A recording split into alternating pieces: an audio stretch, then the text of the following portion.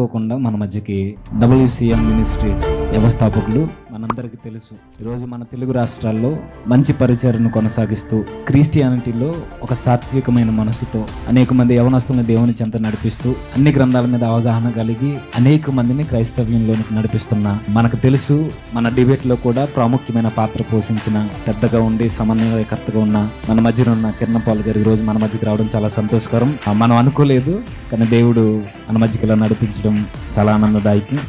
Just కొద్ది గంటల ముందే, కొద్ది నిమిషాల ముందే కిరణ్ పాల్ గారు యవనస్తుల కూడిక యూత్ మీటింగ్ ముగించుకుని ఇప్పుడు మీటింగ్ వెళ్తూ కూడా మనల్ని కలవాలని ప్రేమించి మన మధ్యకి వచ్చారు. నిజంగా అన్న రావడం చాలా సంతోషకరమన్నా, మీకు మా ప్రత్యేకమైన వందనాలు తెలియజేస్తున్నాం. అలానే కొద్ది నిమిషాలు మనం అన్న రావడం ఎంత ఇంపార్టెంటో ఆయన మాటలు వినడం కూడా మన ఆత్మీయ జీవితాలకు చాలా శ్రేయస్కరం. కాబట్టి కొద్ది నిమిషాలు తన యొక్క అనుభవాలతో క్రిస్టియానిటీలో మనం ఎలా ఉండాలో ఈ సభను ఉద్దేశించి కొన్ని విలువైన సంగతులు గ్రీటింగ్స్ రూపంలో మనకు తెలియజేయాలని కోరము. దానికి అన్న అంగీకరించడం చాలా సంతోషకరం. మీరందరూ హ్యాపీ కదా?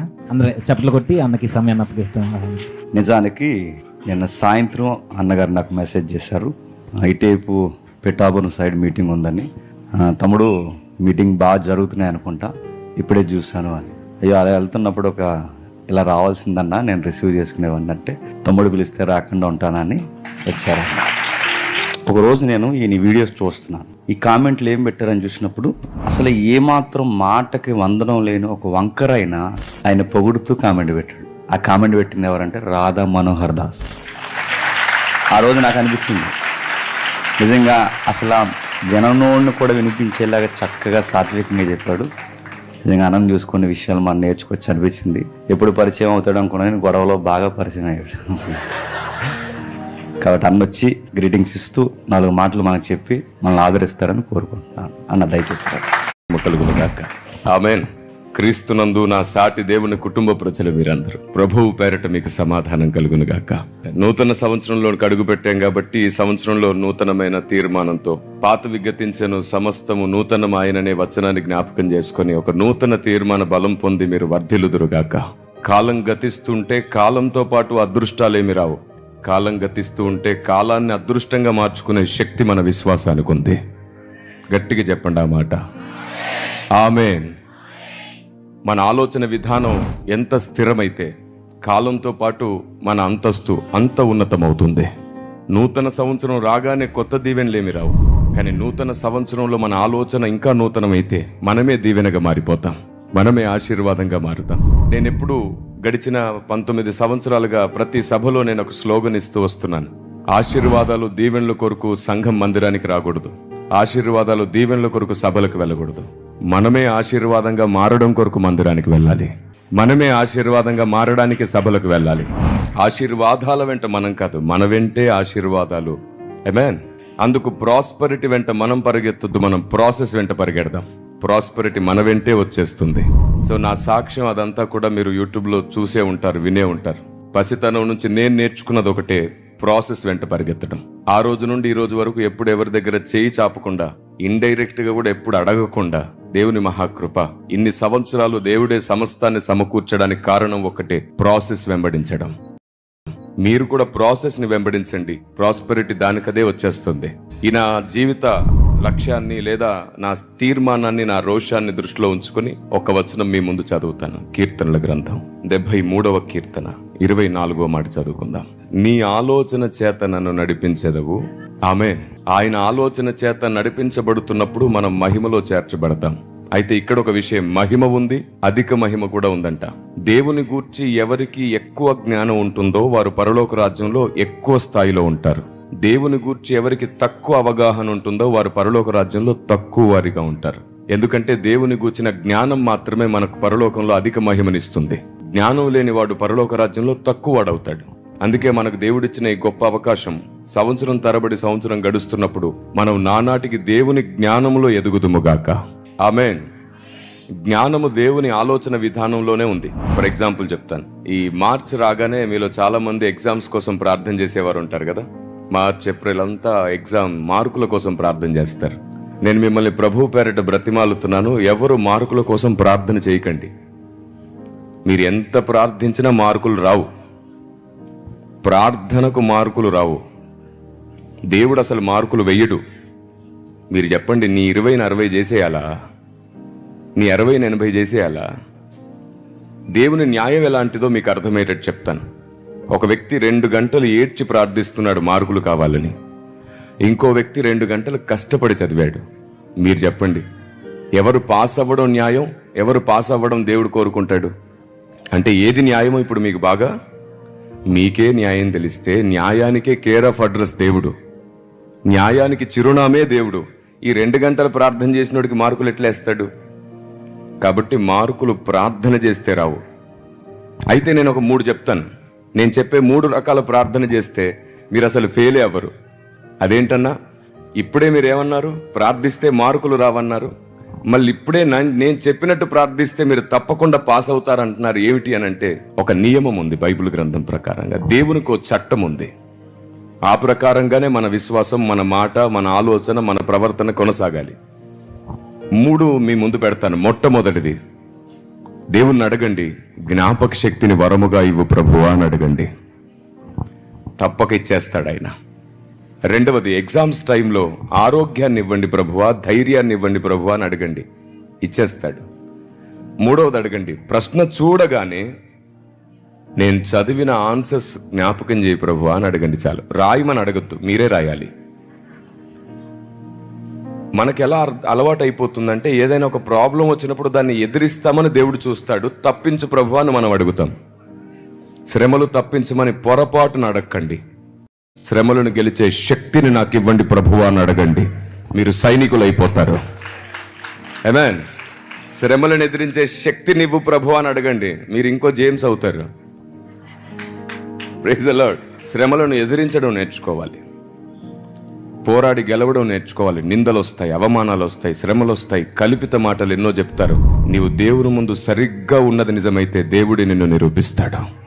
ప్రపంచం తలదించుకునేలా నీ తలెత్తుతాడు ఆయన. కాబట్టి మనం ఆయన్ని నమ్ముకుందాం, మనల్ని మనం నమ్ముకోవద్దు. ఒక్క మాట మర్చిపోకండి, నిన్ను నీవు నిరూపించుకోవాలనుకుంటే దేవుడు నిరూపించడు. నిన్ను నీ దేవుడే నిరూపించే వరకు ఓపిక పట్టు. నిన్ను నువ్వు నిరూపించుకుంటే నీ గ్రామానికే తెలుస్తుంది. నిన్ను నీ దేవుడు నిరూపిస్తే దేశానికి తెలుస్తుంది. Praise the Lord. ఇది స్త్రీలకు కూడా వర్తిస్తుంది, పురుషులకు కూడా వర్తిస్తుంది. ఎవరైనా ఒక మాట అంటే ఓర్చుకోలేక తిరిగి వారిని అనే వరకు మనకు సాటిస్ఫాక్షన్ ఉండదు కదా. కాబట్టి మీరు ఒక పని చేయండి, ఖచ్చితంగా మిమ్మల్ని ఎవరైనా ఒక మాట అంటే దేవుని ముందు ఒక్కసారి కన్నీళ్లు కార్చి వదిలేసేయండి. దానికి తిరిగి దేవుడు సమాధానం చెప్పే వరకు మౌనంగా ఉండడు ఆయన. యథార్థవంతుల కన్నీటికి దేవుని దగ్గర చాలా విలువ ఉంది.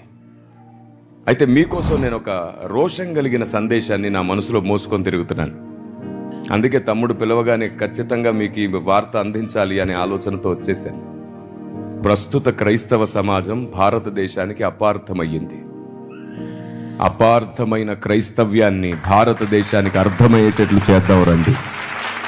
మొత్తం భారతదేశం అర్థం చేసుకునేటట్లు క్రైస్తవ్యాన్ని ప్రకటిద్దాం. ఆమేన్. చాలా విషయాల్లో క్రైస్తవ్యం ఇప్పటికీ భారతదేశానికి అర్థం కాలేదు. మన పద్ధతి, మన ఆలోచన విధానం, మన సువార్త, మన ప్రేమ అన్నీ అపార్థం అయిపోయాయి. మనం ఆచారాలు, సాంప్రదాయాలు మార్చేవారుగా ఈ ప్రపంచం మనల్ని చూస్తుంది. భారతదేశానికేమో క్రైస్తవ్యం అర్థం కావాలి, క్రైస్తవ్యానికేమో బైబిల్ అర్థం కావాలి. ఈ 2 జరిగినప్పుడే సర్వోన్నతుడైన దేవుడు ఆనందించి సంతోషిస్తాడు. మనం బైబిల్కి ఎంత దూరంగా ఉన్నామో తెలుసా? అందుకే కదా ఈ సెమినార్స్ అన్నీ కూడా బైబిల్కి మనల్ని దగ్గరకు తీసుకొని రావడానికి. ఒక మాట మీ ముందు పెడతాను, ఒక ప్రశ్న ఆలోచించండి. ప్రకటన గ్రంథం ప్రకారం, బైబిల్ గ్రంథం ప్రకారంగా పరలోక రాజ్యంలో ఆకలి దప్పులు ఉంటాయా? వెరీ గుడ్, మీకు బాగా తెలుసు, ఎందుకంటే మీరు బైబిల్ని చదివిన వారు. కొంచెం గట్టిగా చెప్తారా ధైర్యంగా? మరలా అడుగుతాను. ఏంటి, నేను ఇంగ్లీష్లో మాట్లాడేసాను మధ్యలో? ఓకే, ఈసారి తెలుగులో చెప్తాను. పరలోక రాజ్యంలో ఆకలి దప్పులు ఉంటాయా? ఉండవు. అద్ది సరే, పరలోక రాజ్యంలో ఆకలి దప్పులు లేకపోతే దేవదూతల ఆహారం ఎందుకున్నట్టు పరలోకంలో? ఊరికే ఆలోచించండి. ప్రకటన గ్రంథంలో ఉంది డైరెక్ట్గా ఆకలి దప్పులు లేవని. సరే, పరలోక రాజ్యంలో ఆకలి దప్పులు లేవు, ఓకే. మరి సంఘానికి, క్రీస్తుకు వివాహమైన తర్వాత పెళ్లి విందు ఎందుకు జరుగుతుంది? ఆకలి దప్పులు లేని చోట పెళ్లి విందు ఎందుకు? ఆకలి దప్పులు లేవనే మాట నిత్య సత్యం, ఎందుకంటే లేఖనం అలా చెప్పింది కాబట్టి. జయించిన వానిని పరదేశిలో ఉన్న జీవవృక్ష ఫలములు భుజింపనిత్తునన్నాడే. మరి ఆకలి దప్పులు లేని చోట ఈ ఫలముల భోజనం ఏమిటి? ఏ బైబుల్ ఆకలి దప్పులు లేవని చెప్పిందో అదే బైబుల్ పరలోక ఆహారం గురించి కూడా మాట్లాడుతుంది. అంటే మనం నేర్చుకోవలసింది ఇంకా ఉంది. వన్ సైడ్ పరిగెత్తడం మానేసి అన్ని సైడ్లు ఆలోచించిన రోజున ఏది సర్వసత్యం అది మనకు అర్థమైపోతుంది. నేను ఒక్కటే చెప్తున్నాను, క్రైస్తవ్యం మొత్తానికి సత్యం మాత్రమే తెలిసింది, సర్వసత్యం తెలియలేదు. సర్వసత్యం ఏమిటో తెలియాలి అంటే అందరి వైపులో ఉన్న వాస్తవాన్ని కూడా మనం ఆలోచించాలి. అప్పుడే అసలు విషయం మనకు అర్థమవుతుంది. ఫర్ ఎగ్జాంపుల్, బైబిల్ గ్రంథంలో ఒక మాట ఉంది. మత్తయి సువార్త 9వ అధ్యాయం 13వ వచనంలో ఇలా అంటాడు చూడండి. అయితే నేను పాపులను పిలువవచ్చి తిని గాని నీతిమంతులను పిలువరాలేదు, గనుక కనికరమునే కోరుచున్నాను గాని బలిని కోరనన్నాడు. ఇదే మాట 12వ అధ్యాయం 7వ వచనంలో కూడా ఉంటుంది. మరియు కనికరమునే కోరుచున్నాను గాని బలిని నేను కోరను అను వాక్య భావము మీకు తెలిసి ఉంటే, బలిని కోరను కానీ కనికరమునే కోరుచున్నాను, ఈ రెండు పదాల గురించి మాట్లాడి మీకోసం ప్రార్థన చేస్తాను.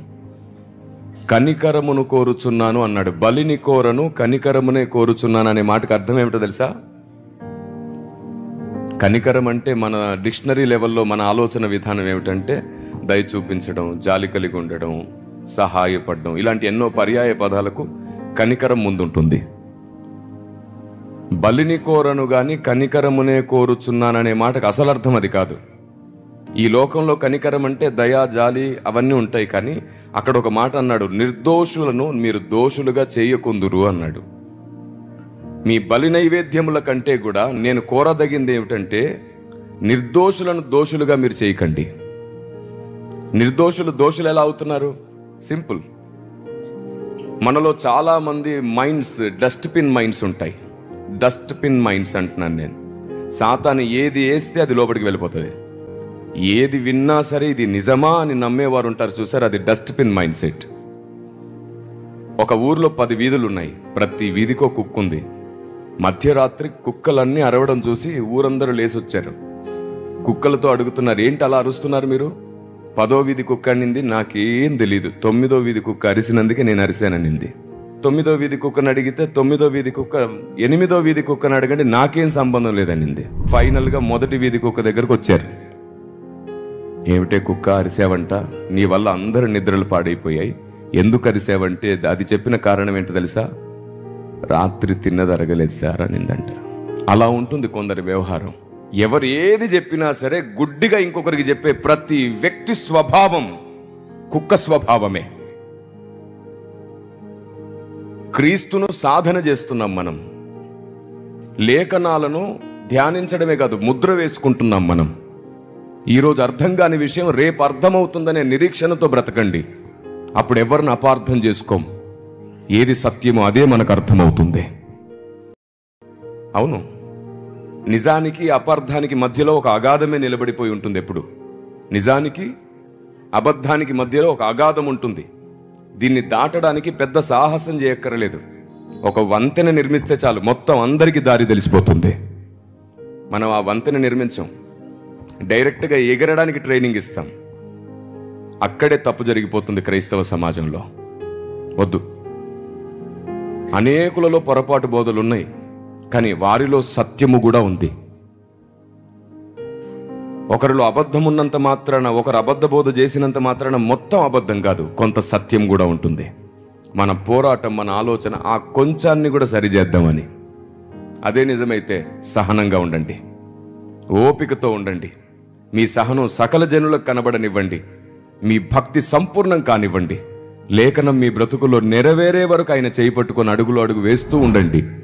ఈరోజు అర్థం కానిది రేపు అర్థమై తీరుతుంది ఖచ్చితంగా. Praise the lord.